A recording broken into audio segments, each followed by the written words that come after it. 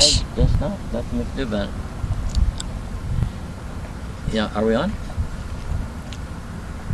I guess. Hi, this is author Joe Callahan, and I meant to bring a copy of Adventures in Navyland to show you my book, and actually we're on vacation. We're outside of Branson. We're filming from beautiful Table Rock Lake, and during the course of my trip I gave away the last copy I had of Navyland to Mr. Barber of the Hamner Barber Magician and Ventriloquist Act that's here in Branson. So I don't have a copy to show you, but I would like to encourage you to go to either my website at www.fireoflovebooksllc.com, or you can find me on Amazon.com. My book is entitled Adventures in Navyland, and I'd like to share with you one of those adventures right now, which I think you'll find very amusing. There's 180 pages in my book with 32 powerful chapters. This is just one of the many adventures I have, and I call it Avoiding the Race Riot. When I first went on active duty, they put us in a room, 4 of us to the room in bunk beds in Charleston, South Carolina. There were people from all over the country there, and it turned out that in the room I was in, we were all third-class petty officers. Now, my rate was third-class quartermaster, and it's the highest ranking non-commissioned officer in the Navy because you're responsible for knowing how to steer the ship, something the Navy Reserve unfortunately never got around to teaching me.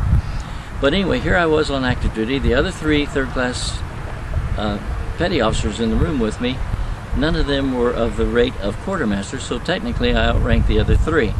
Now, we had in the room with us a young man from New Mexico, and I always like to preface this by letting people know I have nothing against people from New Mexico, but this particular young man was telling everybody how bad he was, that he was the leader of a motorcycle gang, and he'd been in chain fights, gun fights, switchblade fights, you name it. And that his gang missed him, and he missed his gang, and he couldn't do anything without them. Now, the naive among us were going like, ooh, he's dangerous. And they were intimidated by him. Me, I'm just thinking, well, I won't bother him, and as long as he doesn't bother me, we'll get along just fine. Well, as it turned out, one evening, a little after midnight, a man came into the room, and I was sleeping on the bottom bunk over here. My friend from New Mexico was on the top bunk across from me. Well, the young man who came into my room was around the same age I was. I was 24 at the time, and he starts shaking me to wake me up. And I'm half awake, half asleep. He says, "I'm very sorry to wake you, sir, but are you a third-class petty officer, sir?" And I thought, the way he's serving me to death, he thinks I'm somebody, because I've been through that. You don't want to get in trouble, so you serve them. So I looked up at him and I said, "Yes, I am. Why?" And he said, "Well, I'm sorry to bother you, but they're getting ready to have a race riot over at the NCO club, and they told me to come and get the first third-class petty officer I came to and tell him to get over there." I thought, race riot? That's stupid. I didn't sign up to get involved in anything like a race riot. So the guy, after he said that, turned and started walking toward the doorway. And it occurred to me, you know who might enjoy this is my big bad motorcycle gang leader from New Mexico. This is just his kind of thing. So I thought, I'll send him. So I stopped the guy just in time. He was just getting ready to exit the door, and I called out to him and I said, "Wait just a minute." And he turned around and looked at me and I said, "Come back over here, son." And it's so funny to call someone son when they're around the same age you are. But anyway, he came back over. I didn't even get out of bed. I just laid there and looked up at him, and I thought, if I pull this off right, I won't get in trouble. He won't dare challenge me. So I looked at him and I said, "Do you know what I am?" And he said, "No, sir." And I said, "I'm a third-class quartermaster." And I said, "Do you know what that means?" And I'm thinking, I hope you don't. And he said, "No, sir." And I said, "That means that I outrank you and everyone else in this room." And I said, "Now you see that fellow sleeping on the top bunk over there?" He goes, "Yes, sir." I said, "As far as you and I are concerned, he's the first third-class petty officer you came to. I'm still asleep." And I said, "Now you go on over and wake him up and tell him the good news." And he goes, "Yes, sir." And so anyway, he goes over to the guy's bunk and he shook him and woke him up, gave him his little spiel, and then he left the room. Well, the guy was afraid not to show up. He might get in trouble if the fellow pointed him out. So get ready to widen out the angle, Dodie, because I'm going to stand up. Okay, my wife's helped me shoot this. So put it on a wider angle so it can get me standing up. Thank you very much. Thank you. Thank you, thank you. So here's what happened. The guy gets out of his bunk bed, and when he gets up, you got to see this. The guy was a nervous wreck. Have you got me in the picture, I hope? Okay.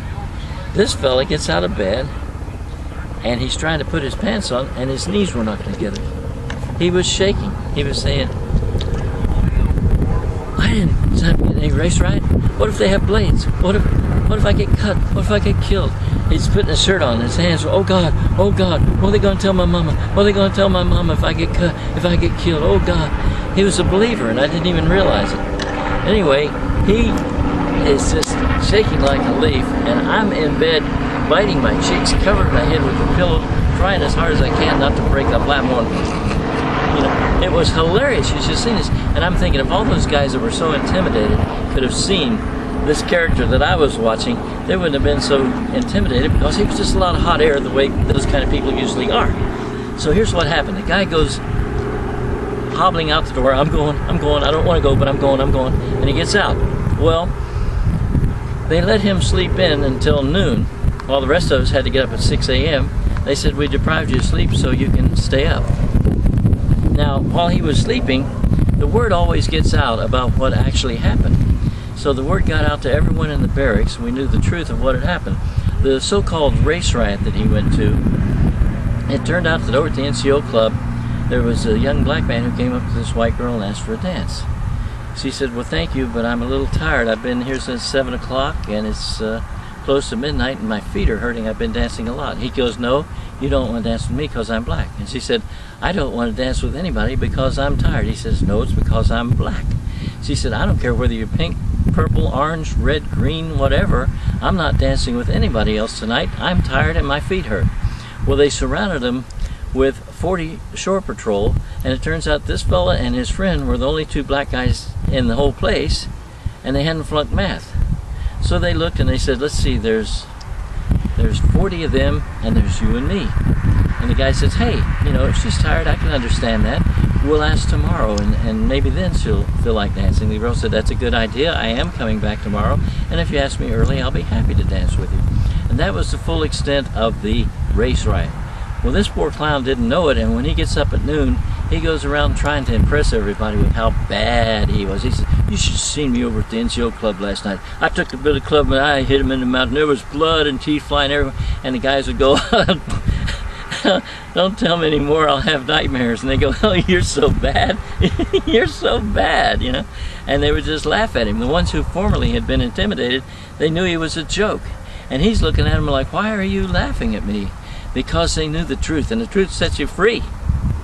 They knew that this guy was just a lot of hot air. I kind of anticipated that anyway. But anyway, I figured if they caught me and asked me, why did you do that? I said, because I've got too much brains to want to get involved in a race riot. It's the kind of job that belongs to my big bad motorcycle gang leader, so I sent him. This is just one of the many fun and exciting stories that you'll find in my book, Adventures in Navyland, and I'd like to encourage you to come visit my site at www.fireoflovebooksllc.com. There you'll be able to get your copy of Navyland or get one for others. Makes a great gift. Or you can find me also on Amazon.com. On Amazon, they'll let you read some sample chapters. I do have a sample chapter on my site, too. But I believe Navyland is a book that everyone would enjoy, whether you've been in the military or not. And as I say, it makes a great gift for others. So thanks once again for watching, and I'll be back with some more adventures from Navyland. Thank you. Bye.